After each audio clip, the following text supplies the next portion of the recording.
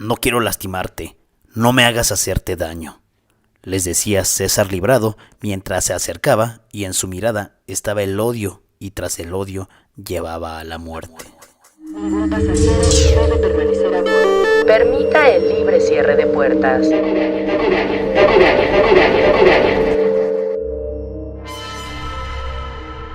Uno de los lugares más peligrosos lamentablemente en nuestro país es el Estado de México, pues según el sitio The Observer MX, el Estado de México registró más de 190,000 delitos cometidos en el primer semestre del año pasado, mientras que la percepción de inseguridad aumentó entre los habitantes de 6 municipios, pues hace un año, en marzo de 2021, se dice que fue el mes de mayor incidencia con 34,834 delitos. Y es que bien, si radicas en el Estado de México, ¿te ha pasado que te da miedo transitar en algunas calles a ciertas horas?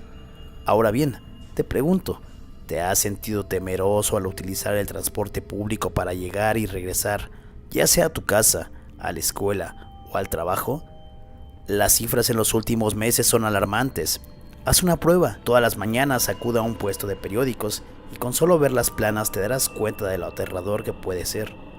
A diario se registran asaltos, ya sea en una combi o en un camión de transporte de pasajeros. De hecho, no hace mucho, en la autopista México-Puebla, uno de los casos que más trascendió fue uno que sucedió en Los Reyes La Paz. Un asalto dejó el saldo de un estudiante de 18 años sin vida y 2 asaltantes que al brincar de la combi tuvieron el mismo desenlace. La diferencia que el estudiante de 18 años de nombre Gabriel perdió la vida debido a que se defendió. Hoy en día se sigue pidiendo justicia y seguridad. La siguiente historia que te voy a contar es meramente macabra y como si hubiera salido de una película de terror. Sucedió en los límites del Estado de México, en las zonas de la México-Querétaro y municipios aledaños. Se trata de César Armando Librado, alias El Coqueto. Con un bolso en la mano, cerca de las 6 horas del 26 de diciembre del año 2011, César Librado regresó a su casa después de una mortal doble jornada de trabajo. Se paró frente a la puerta por un instante. Sabía lo que había hecho, pero no le importó. No sintió culpa ni arrepentimiento. Habiendo cometido su crimen, el Coqueto era un asesino y desde hacía año y medio nadie lo había detenido. A muy corta edad inició su vida laboral como cacharpo. Para que me entiendas mejor, un cacharpo es quien ayuda a los choferes de transporte público. Y luego se convirtió en un chofer de una unidad Ford tipo Habre modelo 1991 en la ruta que corre de Izcalli a Metro Chapultepec. Aquella unidad se hacía llamar El Coqueto, de tal suerte que ambos se convirtieron en cómplices desde que comenzaron a compartir el mote. Casi en voz alta, antes de entrar a su casa, se escuchó decir en su mente: ya hace un par de horas que ella está muerta. Pero una vez adentro, fue otro. Un ser que sabía fingir. Le dio el bolso a su esposa como sorpresa. No era la primera vez que le daba cosas y le dijo que era su regalo de Navidad. Desde hacía año y medio, un 21 de junio de 2010, César Armando Librado Legorreta había iniciado su actividad criminal y el mismo día le había dado su primera sorpresa a su esposa. No era extraño para quien lo conocía. Reconocer a este sujeto era soberbio y tosco, pues siempre trataba de llamar la atención de las mujeres de una manera rudimentaria y elemental, como si con ello fuera capaz de cautivarlas. No obstante, en el fondo, era un tipo de temperamento bilioso. Aquel día de junio de 2010, una chica de 23 años subió a la unidad con el nombre El Coqueto, en Santa Mónica Tlalnepantla. Pagó su pasaje hasta el Metro Auditorio, pues se dirigía a la PGR. No obstante, al pasar por la clínica 58 del IMSS, la unidad comenzó a fallar, por la cual César le dijo a la pasajera que descendiera. Sin embargo, como estaba muy oscuro, ella le pidió que la dejara más adelante, porque le daba miedo. No había lugar para las sospechas, puesto que al principio él le pidió que descendiera, lo cual generó cierta confianza en ella. No obstante, para él fue el inicio de que podría sacar ventaja de la situación y satisfacer a una necesidad que quizás venía cargando. Ese odio por las mujeres, según se supo después. Fue entonces cuando César cerró las puertas, Dio marcha al coqueto y avanzó sin rumbo y sin dejarla bajar.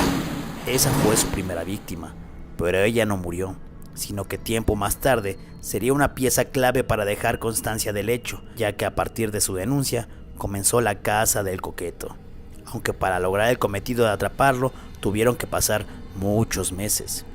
Cuando comenzó a atacarla, sus palabras fueron lapidarias: ya valió, no te opongas. Y ella quedó petrificada y luego vulnerable, también debido a la golpiza que le propinó. Entonces fingió estar muerta y él lo creyó. Era la primera vez que, desorganizadamente y guiado por un instinto sanguinario, como el de una bestia que ataca a su presa en la naturaleza, así delinquía el coqueto. Finalmente, luego de vejar su cuerpo despiadadamente y una vez colmado a su apetito voraz, César Armando decidió arrojarla inerte. Aunque ella solo fingía estar muerta, la dejó sobre la avenida López Portillo, cerca de los tiraderos de basura de Rincón Verde. Así fue como su primera víctima sobrevivió, pues tan pronto como se alejó el verdugo, se puso en pie con dificultades, pero dominando el temor y el pánico para solicitar ayuda, tras lo cual pudo regresar a su casa y en compañía de sus familiares acudió a levantar la denuncia correspondiente. El suplicio que pasó para reponerse no terminaría pronto ni tan sencillo, con solo acudir a las autoridades, pero gracias a ella se inició con una investigación que demoraría largas jornadas de espera, trabajo e investigación, lo cual asentó que la Procuración de Justicia tenía un profundo vacío o negligencia, y más bien reveló inacción de las autoridades. De tal modo que al final de cuentas resulta inconcebible que el coqueto haya asesinado por lo menos a 7 mujeres para que la autoridad hiciera algo, pues de acuerdo con testimonios de las madres de las víctimas, cuando denunciaron la desaparición de sus hijas, obtuvieron la indiferencia de algunos agentes del Ministerio Público y ellas mismas aportaron las pruebas para localizar y por fin detuvieran al asesino de sus hijas, ya que la Procuraduría General de Justicia del Estado de México nunca se preocupó por hacer su trabajo, sentencian ellas.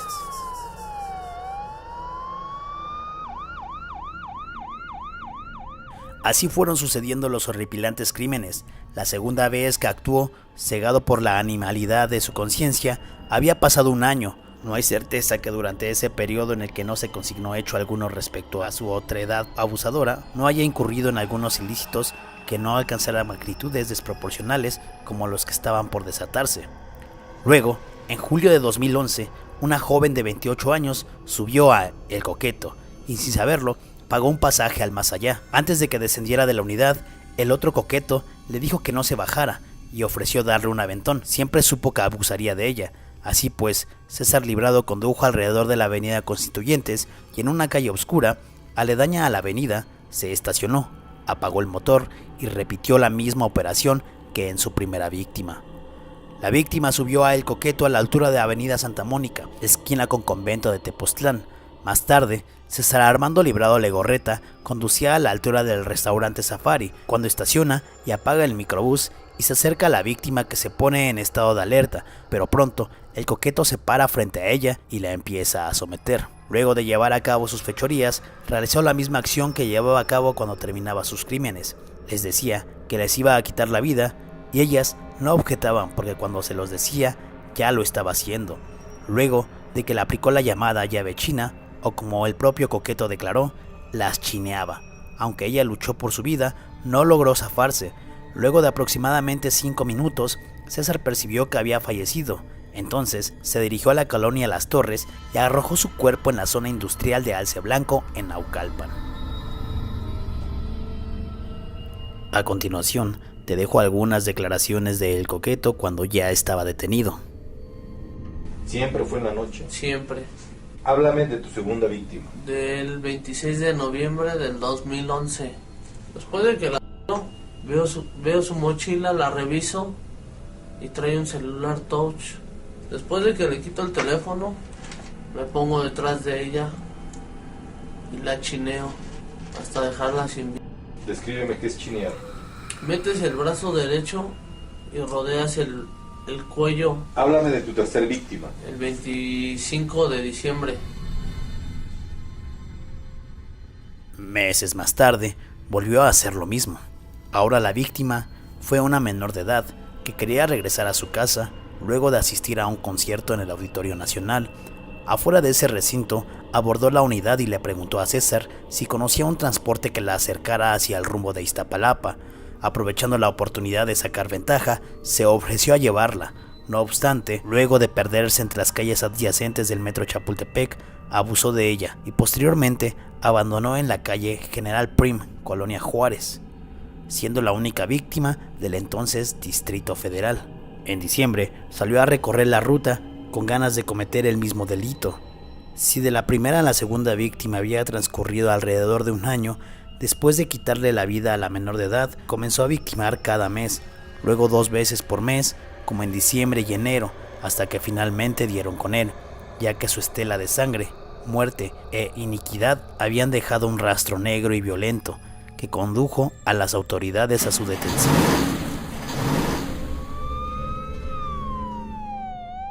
A la casa del Coqueto. Fue debido a un dato que lograron ubicar a El Coqueto de la Ruta 2, quien conducía un Ford Habre rotulado con las palabras El Coqueto. Como parte de las investigaciones y hacer el recuento del número de casos que en los últimos meses habían incrementado, los agentes se percataron de que el teléfono móvil de una de las víctimas seguía en funcionamiento.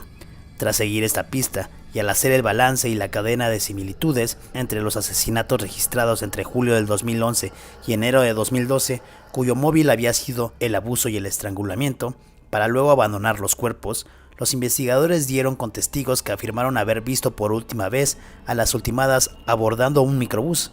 Así pues, al darse cuenta de que el celular solo le habían cambiado el chip, se dieron la tarea de localizar el equipo con base en la clave email. De tal modo, lograron conseguir un historial de las últimas llamadas del usuario para obtener una probable ubicación. Luego de tener los resultados, dieron con una mujer que frecuentaba principalmente 2 lugares, un kinder y el fraccionamiento Izcalli Valle. De tal suerte, la subprocuradora Itali Ciani Sotomayor, y al atar cabos, retomó la investigación de la primera víctima sobreviviente y acudió en su ayuda para solicitar que proporcionara datos certeros sobre El Coqueto, pero su herida aún no cicatrizaba y sentía que las autoridades no habían hecho nada. No obstante, la subprocuradora le habló de las otras víctimas, refiriendo que habían estado siguiéndole el rastro al criminal, pero solo hasta ese momento tenían indicios claros para poder apresarlo. Después de todo, El Coqueto era un depredador y él es quien caza, pero la situación se tornó distinta y ahora era él la presa de las autoridades. Finalmente, la verdadera justiciera de esta historia, con todo el peso de lo ocurrido, aceptó colaborar, y una vez que tuvieron el retrato hablado de César Armando Librado Legorreta, así como la ubicación de la colonia, pudieron dar con su paradero. Entonces, la Procuraduría giró la orden de aprehensión en su contra y mediante un dispositivo de seguridad montado con 18 elementos, se logró la captura de El Coqueto el día 26 de febrero del 2012. Pero si crees que esta historia termina aquí, déjame te cuento que apenas vamos a la mitad.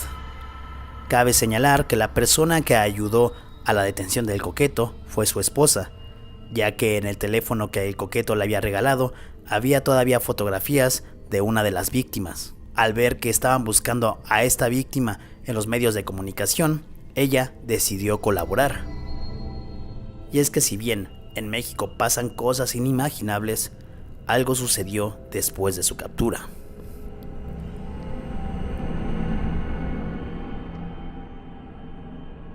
Luego de su detención, el Coqueto fue llevado a la Subprocuraduría de Justicia con sede en Barrientos, en Tlalnepantla.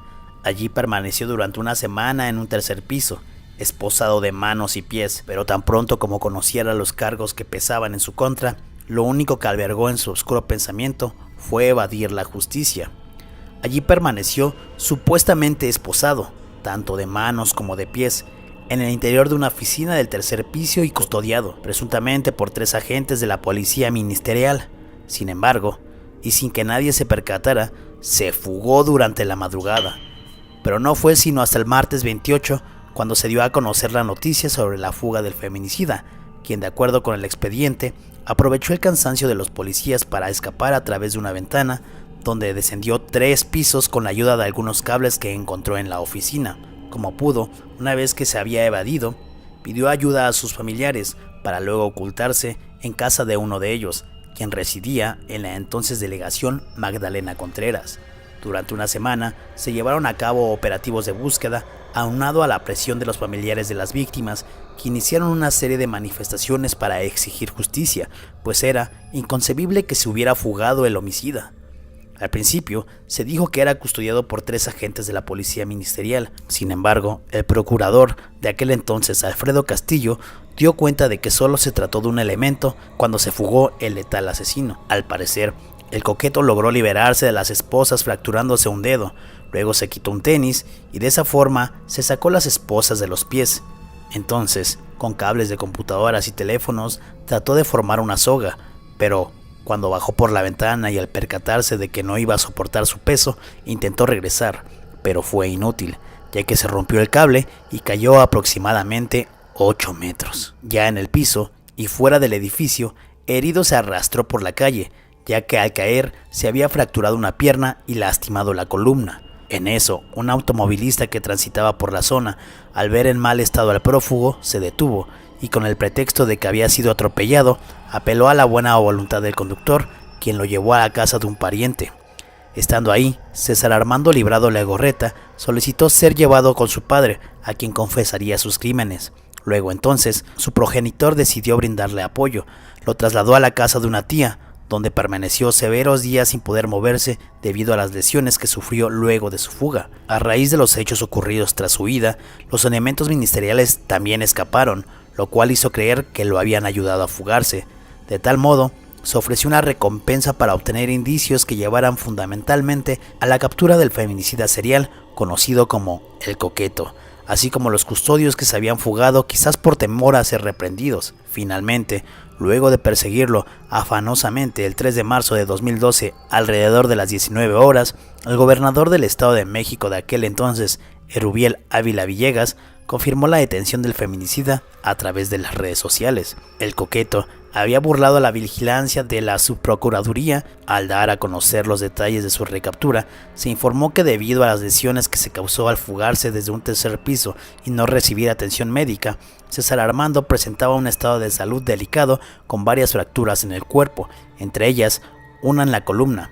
De inmediato lo trasladaron al hospital Adolfo López Mateos, pero se le dio de alta de allí. Finalmente, el 4 de marzo, fue ingresado al área de enfermería del penal de Barrientos, donde se iniciaron 2 procesos, uno por feminicidio de 6 mujeres y otro por abuso y tentativa de homicidio. Posteriormente, y de acuerdo con el debido proceso, fue condenado a 264 años de prisión por los feminicidios en contra de 6 mujeres y uno por violación y tentativa de homicidio. El Coqueto fue operado de la columna en una intervención que se prolongó aproximadamente 10 horas y cuyo costo ascendió a unos 300,000 pesos, pero el costo de las vidas que había arrebatado y que nunca volverán ni siquiera era equiparable. Los médicos murmuraban sobre la posibilidad de que quedara inválido, sabían quién era y un severo dilema se configuraba en torno al criminal. Quizás fuera mejor que muriera, se merece eso y algo peor, susurraban algunas voces. Pero asombradamente superó la adversidad y regresó a Barrientos. Transcurrieron 5 meses en los cuales convaleció y se recuperó, aunque no del todo, y durante ese tiempo la Fiscalía y la Defensa llevaron a cabo el cierre de la investigación y del proceso para así iniciar el juicio oral. A César Armando Librado Legorreta se le vio participar en varias audiencias relacionadas con el caso contra 3 policías que lo custodiaban cuando escapó. En todas ellas apareció en camilla o en silla de ruedas. Era una extraña manera de generar quizás lástima o empatía, verlo vulnerable, pero solo era algo extraño. Un asesino lesionado sufriendo el dolor de una operación con la incertidumbre de no saber si volverá a caminar. Y si lo lograba, sería solo para ir directo a prisión. Al Coqueto le parecía no preocuparle que su caso llegaría al final. Incluso recordaba cuando lo habían capturado la primera vez, en cómo quiso darse un baño para estar presentable ante los medios. Hacía el tamaño de su preocupación. Tardaron las diligencias y había pasado mucho tiempo sin que el Coqueto hubiera estado presente. Luego de la nada, y como renovado, llegó al juzgado caminando, sin silla de ruedas, ni faja o collarín. Era evidente su mejoría, pero no solo eso, algo en él había cambiado notablemente. Ya no era el cuajo que conducía a su unidad, sino un poco más robusto y con cierto aire ensorbecido. Se había depilado las cejas y en la muñeca lucía un reloj y también sobresalía una cadena que parecía de oro. En la sala de la audiencia se levantaba y caminaba sin preocupaciones. ajeno a lo que ocurría o a lo que ocurriría. Se daba el placer de conversar y reír. La culpa y el arrepentimiento no estaban presentes en él, y al aceptar sus crímenes no se inmutaba. Era como si reconociera lo que había hecho y se regocijara. Ante tal espectáculo, los familiares de las víctimas manifestaban su deseo de que se le aplicara todo el peso de la justicia. Asimismo, exigían que el proceso concluyera cuanto antes. A finales del año, el 4 de diciembre, se le dictó la primera sentencia por el proceso que se le sigue por violación y tentativa de homicidio. El juez le dictó una condena de 61 años de prisión.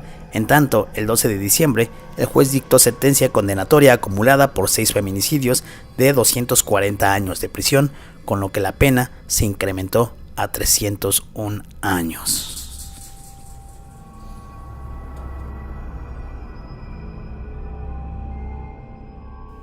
Te comento que los datos tan precisos de este caso es del periodista Carlos Álvarez del periódico La Prensa.